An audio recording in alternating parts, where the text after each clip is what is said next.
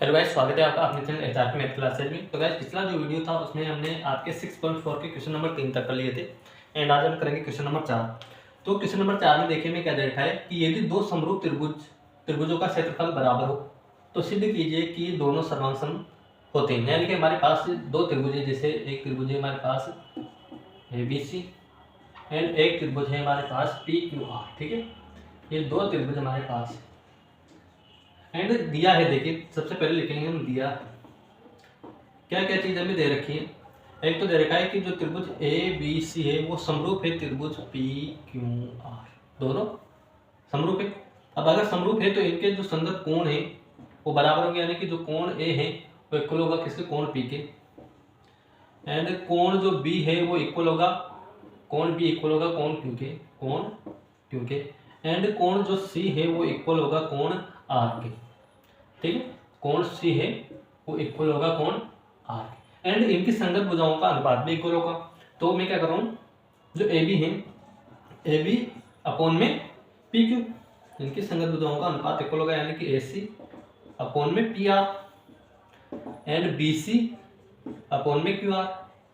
इसको मैंने समीकरण नंबर फर्स्ट एंड इसको समीकरण नंबर सेकंड मान लिया। ठीक है, देखिए समरूप है तो इनके संगत कोणों का जो संगत कोण है वो और इनकी संगत भुजाओं का अनुपात इक्वल होगा, जो कि मैंने कर दिया। अब प्रूफ क्या करना है इसमें, हमें सिद्ध करना है कि जो ABC है त्रिभुज ABC वो सर्वांग सम है त्रिभुज PQR के। ठीक है, यानी कि देखिए हम डायरेक्ट समीकरण नंबर 1 से कोणों के आधार पर तो इसे सर्वांग सम कर सकते हैं, लेकिन हम क्या करेंगे, इसको भुजाओं के आधार पर सर्वांग सम करेंगे। ठीक है, तो इसके लिए उत्पत्ति देखिए। उत्पत्ति में मैं सबसे पहले क्या करता हूँ, इन दोनों जो त्रिभुज है दोनों समरूप है तो इनमें क्षेत्रफल प्रमेय लगाता हूँ। ठीक है, कौन सी, क्षेत्रफल प्रमेय से। क्षेत्रफल प्रमेय क्या थी कि अगर कोई दो त्रिभुज समरूप है तो उनके क्षेत्रफलों का अनुपात उनकी संगत भुजाओं के वर्गों के अनुपात के इक्वल होता है। यानी कि एरिया ऑफ त्रिभुज ABC, त्रिभुज ABC अपॉन एरिया ऑफ त्रिभुज PQR। ठीक है, इन दोनों का जो क्षेत्रफल होगा वो इनकी संगत भुजाओं के वर्गों के अनुपात के इक्वल होगा, यानी कि AB अपॉन में PQ का वर्ग इक्वल होगा किसके, AC अपॉन में PR का वर्ग इक्वल होगा किसके, BC अपॉन में QR का वर्ग। ठीक है, अब हमें इसमें एक और दे रखी थी जो कि मैंने लिखा नहीं, तो मैं यहाँ पे लिख देता हूँ दिया है में कि जो एरिया त्रिभुज ABC है वो इक्वल है किसके, एरिया ऑफ त्रिभुज PQR दे रखा है, दोनों का क्षेत्रफल भी बराबर है। ठीक है, तो जैसे क्षेत्रफल बराबर में है तो मैं इस PQR की जगह ABC का क्षेत्रफल लिखता हूँ। ठीक है, यानी कि एरिया त्रिभुज ABC अपॉन में एरिया त्रिभुज ABC। ठीक है, PQR की जगह ABC रखा एंड AB अपॉन में PQ का whole square equal AC upon में PR का whole square equal BC upon में QR का होल स्क्वायर। इससे ये कटेगा तो एक बचेगा।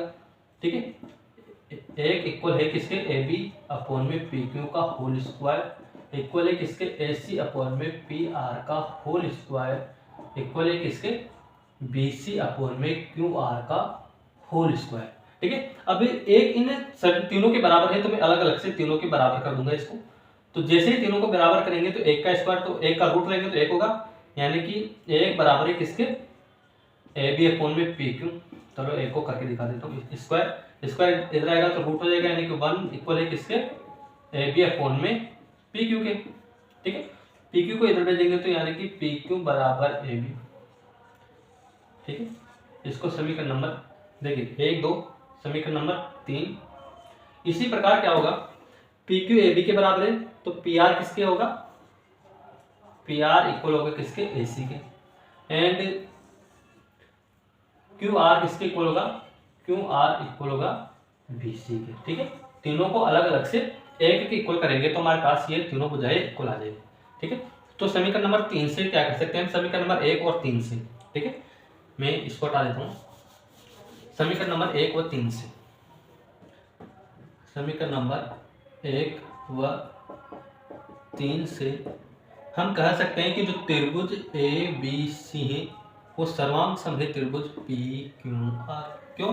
क्योंकि त्रिभुज जो समीकरण नंबर 1 थी उसमें सभी कोण इक्वल थे, और जो समीकरण नंबर 3 है उसमें देखिए इसकी ए बी भुजा, यहाँ पर बी है, ठीक है, इसकी ए बी भुजा इसकी पी क्यू के बराबर है, ठीक, संगत भुजाएं बराबर हो रही है। ए सी बराबर है पी आर, ए सी बराबर है पी आर के, एंड देखिए क्यू आर बराबर है बी सी, यानी कि इसकी भुजाएं भी इक्वल हो गई। जहाँ समझ में नहीं आई आप कमेंट करके हमसे पूछ सकते हो। Pause the video, note it down. देखिए guys next question number 5। Question number 5 में हमें दे रखा है कि एक त्रिभुज एबीसी की भुजाओं ए बी बी सी और एसी के मध्य बिंदु क्रमशः डी ई और एफ है, ठीक है, डी और एफ है। त्रिभुज डी एफ और त्रिभुज एबीसी के क्षेत्रफलों का अनुपात निकालना है, ठीक है। यानी कि हमें एक त्रिभुज दे रखा है, इसमें एक त्रिभुज दे रखा है हमें एबीसी, ठीक है, ए बी सी। एबीसी के मध्य बिंदु यानी जो ए बी भुजा है, जो ए बी भुजा है उसका मध्य बिंदु और बीसी का मध्य बिंदु एंड एसी का मध्य बिंदु क्रमशः डी ई और एफ है, ठीक है, ठीक है। और इसमें क्या पूछा है हमें कि डी एफ और एबीसी का क्षेत्रफल का अनुपात ज्ञात कीजिए, यानी कि डी ई एफ, ये जो छोटा वाला त्रिभुज है इसका और इस बड़े वाले त्रिभुज का क्षेत्रफल का अनुपात हमें निकालना है, ठीक है। तो सबसे पहले हमें देखिए क्या दे रखा है इसमें, जो डी ई एफ है, देखिए सिद्ध करने वाला नहीं है, इसमें हमें पूछा है ज्ञात करना है। तो डी ई हल लिख रहा हूँ मैं यहाँ पर, हल डी ई व F A B B C व ए सी के मध्य बिंदु है, के मध्य बिंदु है। अब हमने 9th क्लास में पढ़ा है कि यदि दो भुजाओं के मध्य बिंदुओं को के रेखाखंड मिला रहा है तो जो सामने वाली भुजा है उसके समांतर होता है और उसका आधा होता है, ठीक है। तो मध्य बिंदु प्रमेय से, मध्य बिंदु प्रमेय से, मध्य बिंदु प्रमेय से हम क्या करेंगे कि जो BC है, देखिए इसके समांतर ये होगी, BC समांतर किसके, DF के समांतर है और आधी भी होगी, जो BC है वो 2 गुनी होगी किसकी, DF की, ठीक है, BC 2 गुनी है DF की। इसी प्रकार क्या होगा, जो AB है वो समांतर है किसके, EF के, तो जो AB है वो 2 गुना होगा किसका, EF का, ठीक है। इसी प्रकार क्या होगा, जो जो क्या AC, जो AC है वो समांतर है किसके, देखिए AC DE के समांतर है, DE, तो जो AC होगा वो 2 गुना होगा DE के, ठीक है। अब हम क्या करते हैं, देखिए इन दोनों का जो क्षेत्रफल है उसका अनुपात हम कब निकाल सकते हैं, जब ये वाला त्रिभुज और ये ब्लैक वाला जो त्रिभुज होगा वो समरूप होगा। तो हम क्या कर रहे हैं, त्रिभुज ABC और त्रिभुज DEF को हम समरूप करेंगे। अब समरूप कैसे कर पाएंगे, देखिए अगर हम देखें, देखिए ये रेखा है जो इसके समांतर है, अब ये दोनों समांतर है तो देखिए ये एक चतुर्भुज बन रहा है हमारे पास, एंड ये इसके समांतर है, तो इसके जो आमने सामने के कोण होंगे वो एक दूसरे के इक्वल होंगे, ठीक है। एंड इसी प्रकार से जैसे ये वाला और ये वाला समांतर है और ये वाली, यानी कि ये भी एक चतुर्भुज है तो इसका ये कोण और ये कोण इक्वल होगा, ठीक है, ये दोनों कोण। एंड इसी प्रकार इसमें एंड इसमें देख लीजिए ये वाला कोण और ये वाला कोण इक्वल होगा, ठीक है। तो मैं नाम लिख रहा हूं चतुर्भुज, देखिए DEFD या DBEF एंड CEDF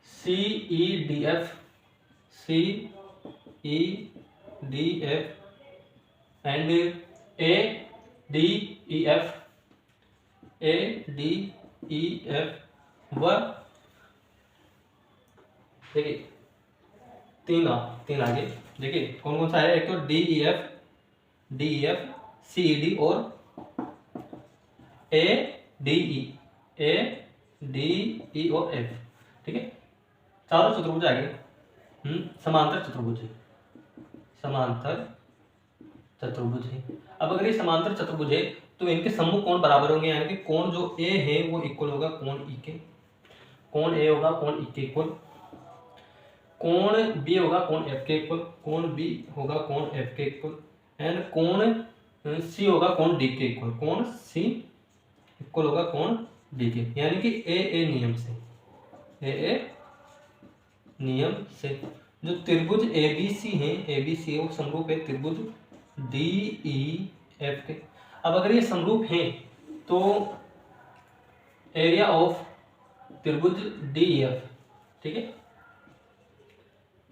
त्रिभुज डी ई एफ अपॉन में एरिया ऑफ त्रिभुज एबीसी, त्रिभुज ए बी सी, ठीक है, यानी कि डी एफ का क्षेत्रफल और ए बी सी का क्षेत्रफल इक्वल होगा, क्योंकि इनके संगत भुजाओं के अनुपात के वर्ग के इक्वल होगा, ठीक है। तो देखें अब डी ए बी सी और डी एफ दोनों समांतर है, तो मैं क्या कर रहा हूँ इधर से जैसे ए बी ले रहा हूँ, सॉरी पहले डी एफ इधर से ई एफ ले रहा हूँ, ठीक है, ई एफ लिया और इधर से क्या लेंगे ए बी। अब अगर हम देखें इनका वर्ग करेंगे, अब अगर हम यहाँ पर देखें तो हमें क्या मिलता है, जो ई एफ है, ई एफ वो 2 गुना है किसका, ए बी का, ए बी का 2 गुना है ई एफ, तो ए बी की जगह में क्या कर रहा हूँ 2 गुना ई एफ लिख रहा हूँ, ठीक है। एरिया ऑफ त्रिभुज डी ई एफ अपॉन में एरिया ऑफ त्रिभुज ए बी सी बराबर ये ई एफ तो ऐसा का ऐसा, एंड यहाँ पर 2 गुना ऑफ ई एफ का वर्ग, ठीक है। ई एफ से ई एफ कैंसिल, 1/2, यानी कि एरिया ऑफ त्रिभुज डी ई एफ अपॉन में एरिया ऑफ त्रिभुज ए बी सी इक्वल होगा किसके, 1/4, यानी कि 1:4 के, ठीक है। चेक कर लेते हैं इसका आंसर एक बार।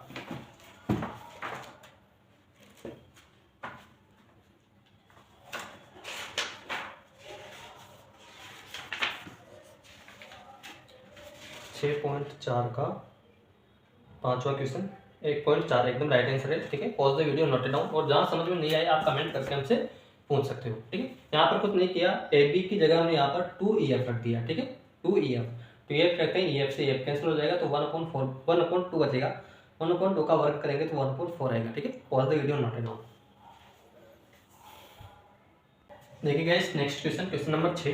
क्वेश्चन नंबर 6 में हमें क्या लिखा है कि सिद्ध कीजिए कि 2 समरूप त्रिभुजों के क्षेत्रफलों का अनुपात इनकी संगत माध्यिकाओं के अनुपात के वर्ग के बराबर होता है। तो हमें क्या है, 2 त्रिभुज दे रखे, यहाँ पर बनाता हूँ मैं, एक तो त्रिभुज जिसे मैंने पी क्यू आर एंड एक त्रिभुज हमें दे रखा है ए बी सी, ठीक है। और इनकी जो माध्यिकाएं हैं इसको मैं एम नाम दे रहा हूँ और इसको मैं नाम दे रहा हूँ एन, ठीक है। तो सबसे पहले हम लिखेंगे दिया है कि हमें इसमें क्या क्या दे रखा है, तो देखिए गाइस दिया है हमें दे रखा है कि समरूप त्रिभुज है, जो त्रिभुज पी क्यू आर है, त्रिभुज पी क्यू आर वो समरूप है त्रिभुज ए बी सी के। अब अगर समरूप है तो इसके कोण क्यों इक्वल होगा कोण बी के, ये हमें चाहिए, इसलिए मैं डायरेक्ट कोण बी इक्वल कोण क्यों कर रहा हूँ, ठीक है। एंड एक क्या कर रहा हूँ मैं, पी क्यू अपॉन में ए बी का अनुपात इक्वल होगा किसके, क्यू आर अपॉन में बी सी का अनुपात, एक हमें ये चाहिए, ठीक है। समीकरण नंबर 1 नाम देता हूँ मैं इन दोनों को, ठीक है। अब हमें सिद्ध करना है, ये तो दिया है, एंड